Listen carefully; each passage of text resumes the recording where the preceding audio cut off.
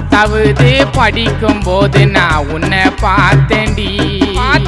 பார்த்த ஸ்பாட்டில் அசிங்க அசிங்கம்மா நான் உன்னை கேட்டேன்டி உன்னோட தாத்தா கோமனம் காத்துல பறக்குது அத பார்த்து ஊரு ஜனமே கக்க பக்கன்னு சிரிக்குது கால உயிந்து சத்தியம் பண்ண இந்திகார பொண்ணு புச்சின்னு போயிட்டாங்கொன்னு அவனை தேன்னு நானும் சுத்துனேன் ஸ்ட்ரெயிட்டா போய் இச்சிப்பே சளி வந்தா கச்சி புல்ல தோச்சிப்பே அத பத்திரமா நானும் வச்சிப்பேன் ஏண்டி என் காத கடிச்சே